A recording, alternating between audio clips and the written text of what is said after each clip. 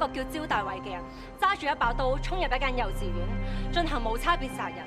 佢殺死咗一個幼稚園老師、一個小朋友，仲有5個小朋友造成重傷。佢哋當年只係得3、4歲嘅小朋友咋。佢哋本來可以擁有一個健康快樂嘅人生，就係焦大偉令到佢哋咁樣。仲有呢一個就係當年嘅幼稚園老師。佢為咗保護呢班小朋友，所以俾呢個惡魔殺死咗。而佢就係我媽媽。你要交代我哋啊！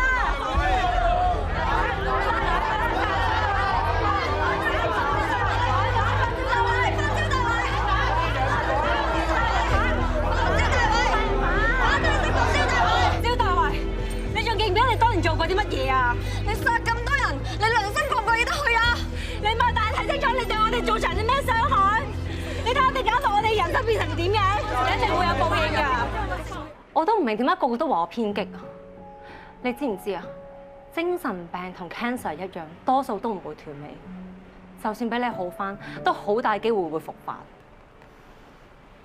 而家呢個社會喐啲就話歧視，梗係啦。咁因為佢哋唔係受害者家屬啊嘛。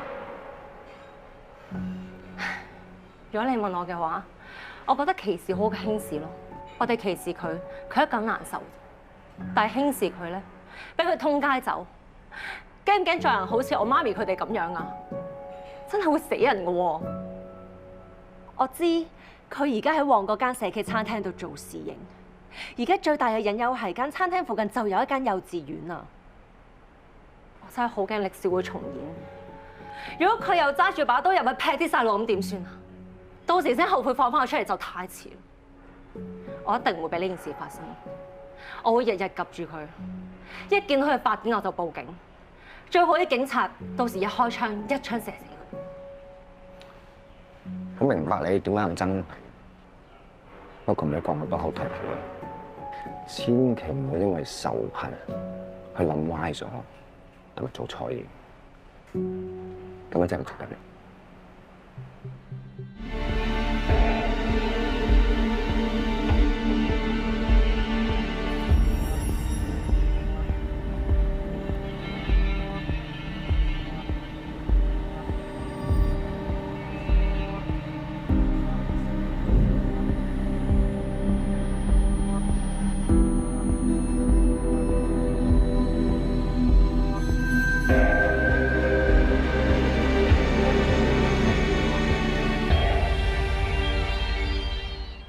余 Sir 喺旺角發生無差別殺人案，好似話起碼3死4傷，但係暫時都係得啲網上流傳嘅片段。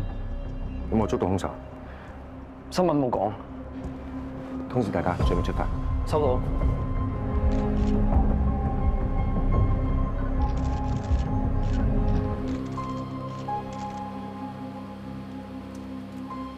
佢有啲熟口面，最近上新聞，焦大偉。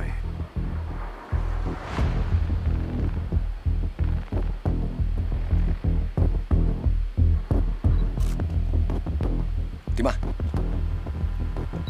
死者生前持刀同人發生衝突，佢嘅手腕同手踭位置都有瘀傷，應該跌落地下嘅時候用雙手支撐身體造成。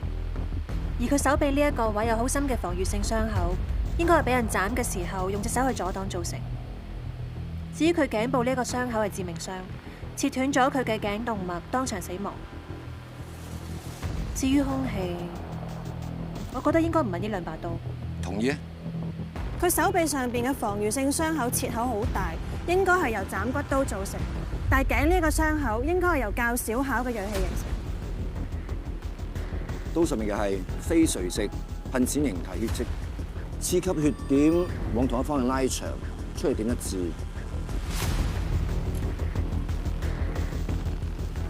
你睇下，應該係死者被割喉之後，血噴淺到去刀同埋地下上面。至於呢邊嘅血跡唔係屬於2位死者，應該係屬於兇手。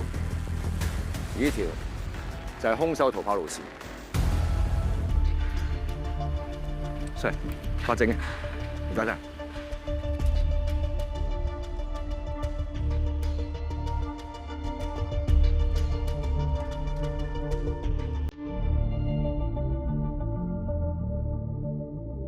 死者當時企喺餐廳外面，兇徒攞住刀衝向死者，第一刀直捅腹部，跟住再捅多幾刀，有大量嘅血液噴濺，然之後死者就瞓低咗。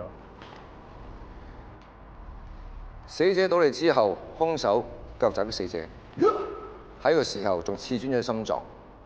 但係經過我哋推測，死者應該喺瞓低之前已經死咗，因為幾刀都冇造成任何嘅噴濺型血跡。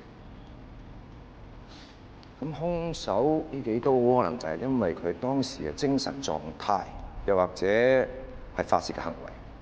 死者瞓喺地下，由於血液嘅凝固特性，即係呢個距離嘅滴流狀血跡係冇可能於死者㗎啦。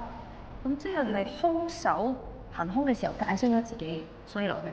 兇手之後逃走嗰陣咧，就快速移動，隻手喺度擺動，從而形成咗弧形嘅泡粒狀血跡。因為地心吸力嘅關係，所以血液向下滴落地下嗰陣咧，就會逐漸加速，直至到達 final velocity。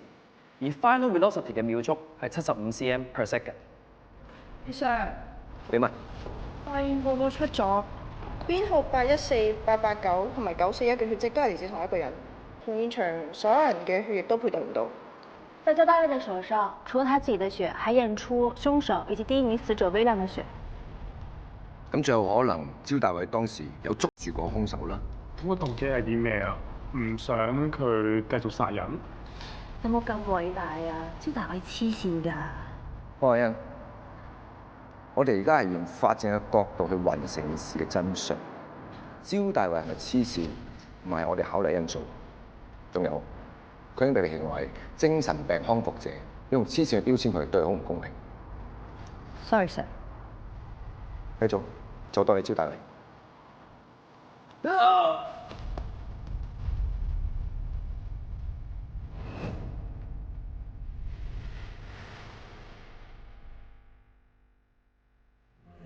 現在為3名死者進行解剖，3名死者身份確認為方耀凱、焦大偉、李樹權。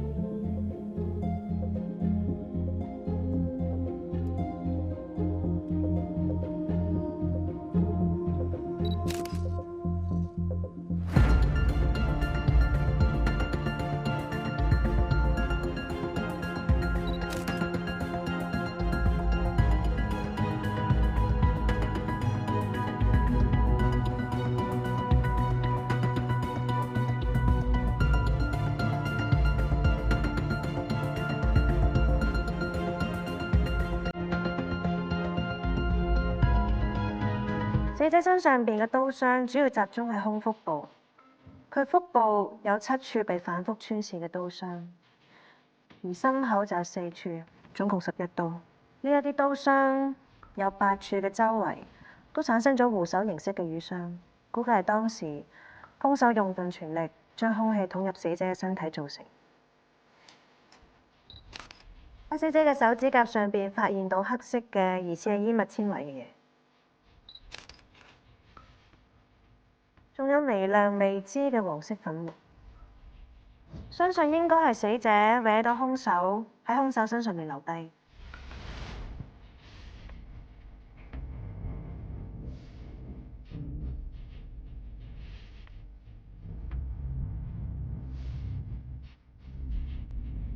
而家開始解剖，喺死者嘅肋骨發現到有2處被刀尖造成嘅裂痕。李樹權同方耀凱、焦大偉有好大分別喎。方耀凱同埋焦大偉都一刀致命，正中要害出血過多而死。我有個大膽嘅推斷。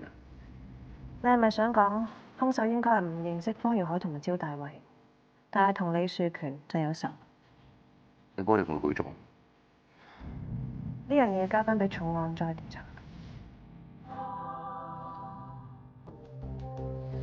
通常嚟講，用探針係好難可以量度得到一把兇器嘅真正長度嘅，因為喺兇手殺人嘅時候咧，佢哋好少係會將成把兇器插入去死者嘅體內。但係呢一單 case， 李樹權嘅傷口周圍有好多護手形式嘅瘀痕，咁即係話兇手係將整把兇器插入佢嘅身體入邊嘅時候，個刀柄撞擊到佢嘅皮膚，留低瘀痕。